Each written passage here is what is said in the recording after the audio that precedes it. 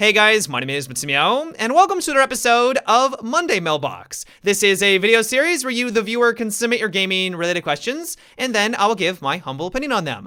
To get the formalities out of the way real quick, if you'd like to submit your own question that could be featured in an upcoming episode, you can do so by leaving a comment down below, or by sending me a Facebook or Twitter message. The first question today comes from Leo, and it is, would you like a ping system in Rainbow Six Siege like Apex Legends, where you could press a button and ping the diffuser and such? Absolutely. I would actually be very surprised if more video games don't adopt this kind of a system, because it really assists you when you're playing with a bunch of randoms or just simply people who don't have access to a microphone.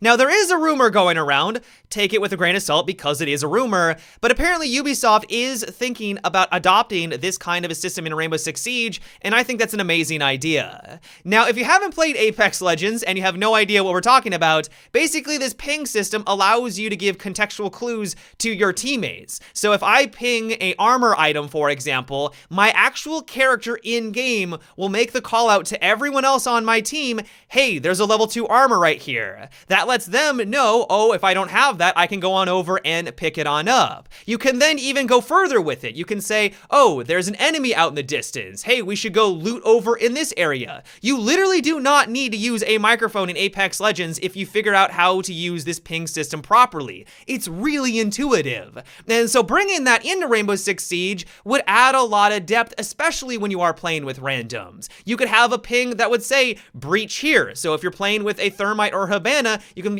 indicate to them we should get through this reinforced wall. Or if you want them to pick up the diffuser, for example, you could just simply ping the diffuser and then your character would make the call out, hey, someone should come pick this on up. Now, the one big roadblock that Ubisoft is going to run into if they do decide to do this is that it is going to require a lot of effort. Not only because they need to redo their ping system and make it more robust, but then they need to rehire all of their old voice actors for all the different languages. There's a lot of operators in this game, and then have them do these new voice lines for these contextual pings. That is going to require a lot of effort and coordination. What I find funny about this entire discussion, though, is that this is something that the community has been asking for quite some time. We even talked about it in a previous Sunday Mailbox, but now that Apex Legends has come out and just shown how great of a tool this is to the player base, other game developers are starting to take notice. And so, yep, I think this is a fantastic idea, and I am really crossing my fingers that Ubisoft gets the hint here. The next question comes from Josh, and it is, what do you think about the wingman being overpowered in Apex Legends? It seems that everyone is running it, and that you're at a disadvantage if you don't.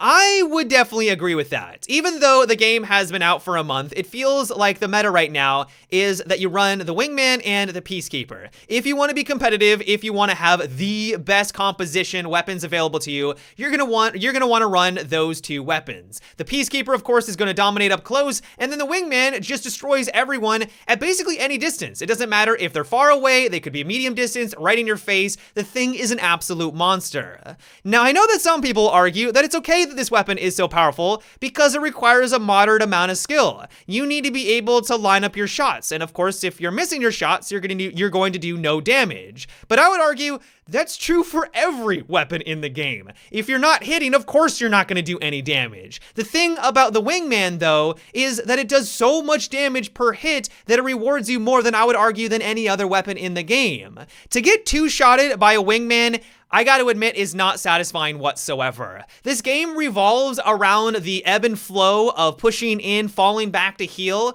but when someone is able to literally two-shot you and you get taken out what seems like instantly because of the netcode right now, it's a very frustrating experience. I would argue that the Wingman shouldn't be able to out-damage a scout rifle at long range, and currently it does. It has no damage drop-off, it feels. And so I think that really gets to the heart of the issue for why this weapon is so powerful right now. It doesn't really have any weaknesses no matter the engagement distance, as long as you have a moderate amount of accuracy.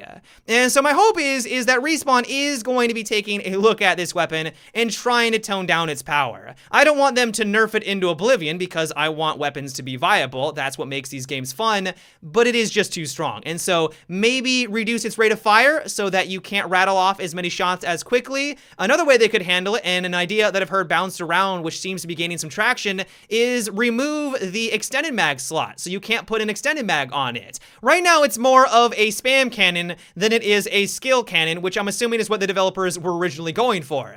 And so by removing the extended mag slot from the weapon, people are actually going to require a bit more skill if they want to line up all of those shots and take someone out before they actually have to go through the reload animation, which is going to leave them vulnerable. All in all, though, I 100% agree with you. Right now, the meta is to use this specific weapon, and we're just going to kind of have to wait and see what Respawn has in store for the start of Season 1, and if they are going to be making any changes. The next question comes from Jacob, and it is, do you think that Valkyrie will become less effective with the introduction of Mozzie? Whilst Valkyrie will still be useful for outside cameras, I feel that inside, apart from high spots in rooms where it's harder to place a drone, everywhere else is easier to set a hidden effective camera up. Plus, they are movable and a chance of having 5 cameras instead of just 3.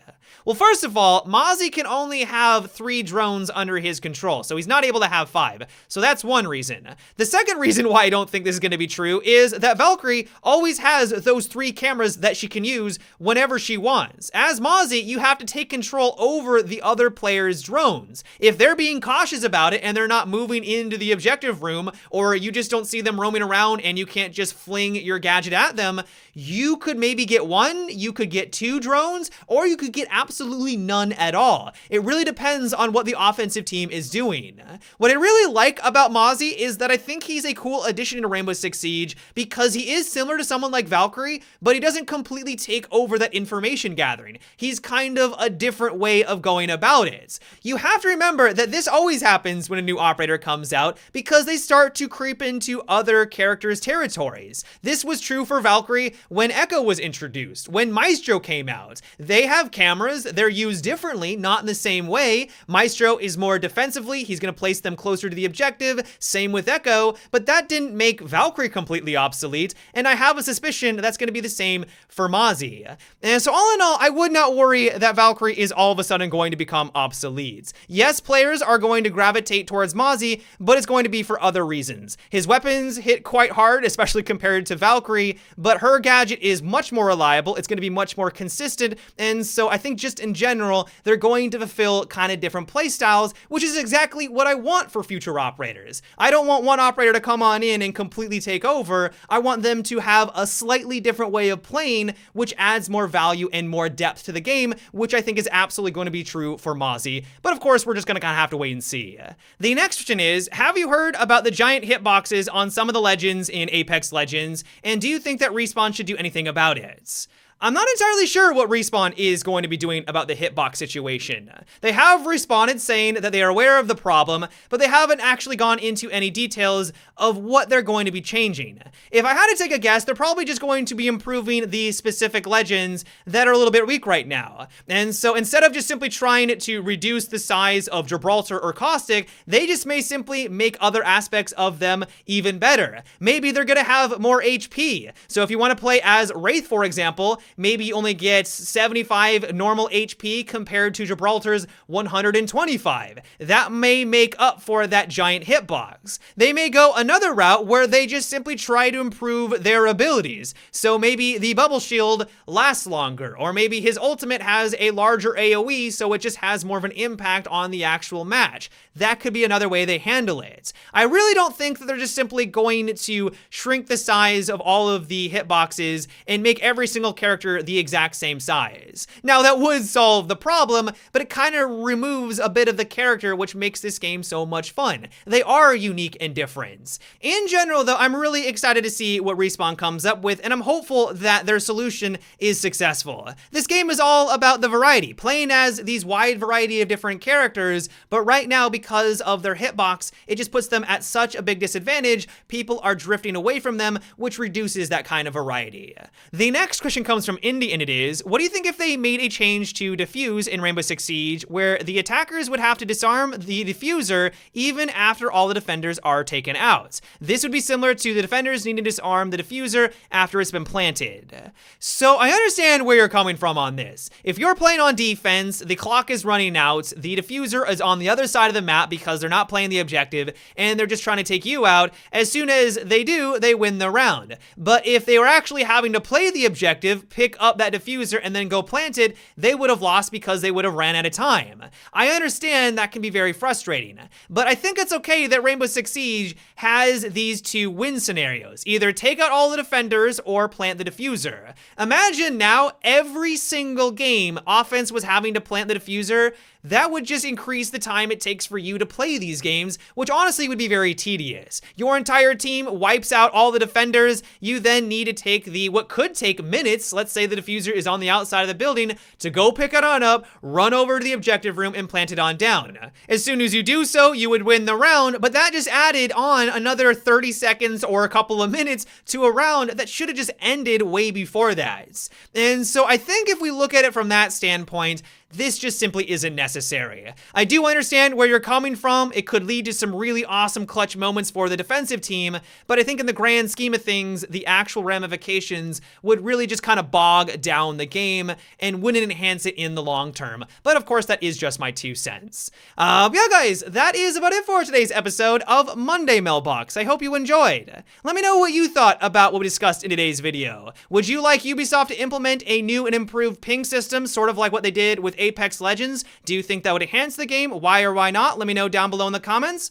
As always, if you would like to submit your own question for an upcoming episode, you could also leave a comment or by sending me a Facebook or Twitter message.